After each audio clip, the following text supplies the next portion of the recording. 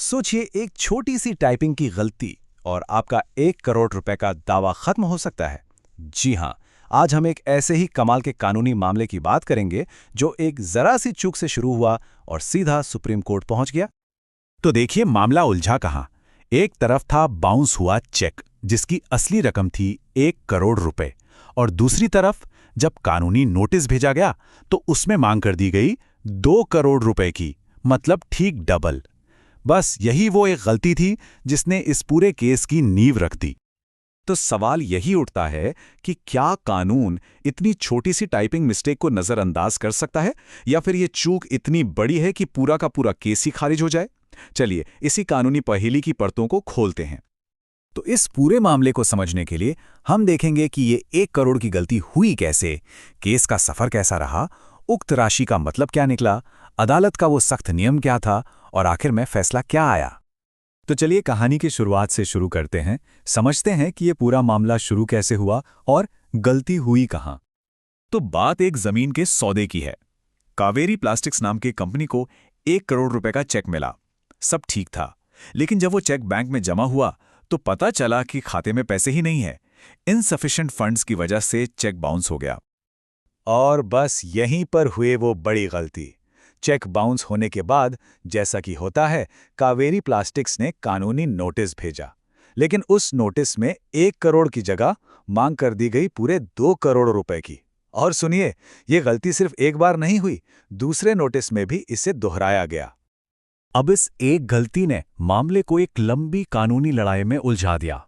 चलिए देखते हैं कि निचली अदालतों से लेकर ऊपर तक इस पर क्या-क्या राय बनी।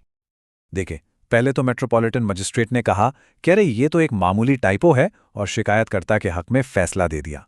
लेकिन कहानी में ट्विस्ट तब आया जब मामला दिल्ली हाई कोर्ट पहुंचा। हाई कोर्ट ने फैसला ही पलट दिया। उन्होंने कहा कि नोटिस गलत है और पूरी शिकायत ही रद्द कर दी। अब जब दो अदालतों के फैसले इतने अलग हों तो जाहिर है मामला कहां जाएगा, सीधा सुप्रीम कोर्ट। तो अब आते हैं इस केस के सबसे अहम हिस्से पर, कानूनी पहलू पर। सारा का सारा विवाद नेगोशिएबल इंस्ट्रूमेंट्स एक्ट के बस चंद शब्दों पर आकर टिक गया था। और वो शब्द थे पैसे की उक्त राशि या the said amount of money. Supreme court का पूरा विश्लेषण बस इसी एक फ्रेज पर टिका था। सवाल ये था कि उक्त राशि का मतलब क्या है। क्या इसका मतलब चेक पर लिखी एग्जैक्ट अमाउंट है या कुछ और।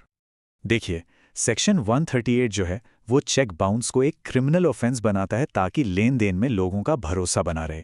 लेकिन ये सेक्शन तभी लागू होता है जब कुछ शर्तें पूरी हों, और उन्हीं शर्तों में से एक है एक वैलिड कानूनी नोटिस भेजना।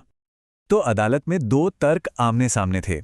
एक तरफ कावेरी प्लास्टिक्स कह रहा था कि अरे साहब, ये तो बस एक अनजाने में हुई टाइपिंग की गलती थी, नोटिस को पूरे कॉन्टेक्स्ट में पढ़ा जाना चाहिए। वहीं दूसरी तरफ देनदार का साफ कहना था कि कानून तो कानून है और वो सख्त है।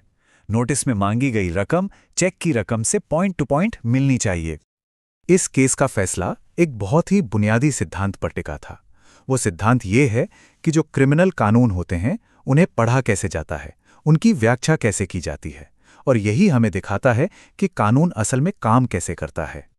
सुप्रीम कोर्ट ने अपने फैसले के लिए 3 मुख्य बातों को आधार बनाया। पहली चीज, उक्त राशि का मतलब क्या है, जो कि पुराने फैसलों में तय हो चुका है। दूसरी, स्ट्रिक्ट कंस्ट्रक्शन का सिद्धांत, मतलब कानून की सख्त व्याख्या। और तीसरी बात कि आखिर इस नोटिस का असली मकसद क्या है। तो ये सख्त निर्माण या स्ट्रिक्ट कंस्ट्रक्शन है क्या चीज? इसका सीधा सा मतलब है कि क्रिमिनल कानूनों को शब्द ब शब्द पढ़ा जाना चाहिए, एकदम लिटरली। अदालतें ये अंदाजा नहीं लगा सकती कि कानून बनाने वालों का इरादा क्या रहा होगा, या फिर किसी गलती को यूं ही नजरअंदाज कर दें। अगर कोई चीज कानून के शब्दों में फिट नहीं बैठती तो वो अपराध नहीं है, सिंपल। और मजे की बात यह है कि ये कोई नया नियम नहीं है। सुप्रीम कोर्ट ने 1872 के एक पुराने ब्रिटिश केस का जिक्र किया। सोचिए, 1872, वो केस भी यही कहता है कि क्रिमिनल मामलों में प्रिसिशन यानी सटीकता कितनी जरूरी है। ये एक ऐसा सिद्धांत है जो 150 साल से भी ज्यादा पुराना है। तो इन सारे कानूनी सिद्धांतों को ध्यान में रखते हुए सुप्रीम कोर्ट ने अपना आखिरी और बिल्कुल साफ फैसला सुनाया। और सुप्रीम कोर्ट का फैसला था, ये नोटिस इनवैलिड है, अमान्य है। कोर्ट ने एकदम साफ कर दिया कि ये जो कानूनी नोटिस होता है ये कोई मामूली फॉर्मेलिटी नहीं है, बल्कि एक जरूरी शर्त है, और इसमें जो रकम मांगी गई है वो डिसऑनर्ड चेक की रकम से बिल्कुल मेल खानी चाहिए। 1 रुपया कम नहीं, 1 रुपया ज्यादा नहीं। और रही बात टाइपिंग की गलती वाली दलील की, तो अदालत ने उसे सिरे से खारिज कर दिया। उनका कहना था कि जब कानून इतना सख्त है तो इस तरह के बहाने नहीं चल सकते, खासकर जब मामला क्रिमिनल हो। कोर्ट ने एक और बात पे गौर किया कि ये गलती सिर्फ एक बार नहीं हुई थी, इसे 2 अलग-अलग नोटिस में दोहराया गया था। इससे अनजाने में हुई गलती वाला दावा और भी ज्यादा कमजोर पड़ गया। तो ये मामला एक बहुत बड़ा सवाल हमारे सामने छोड़ जाता है।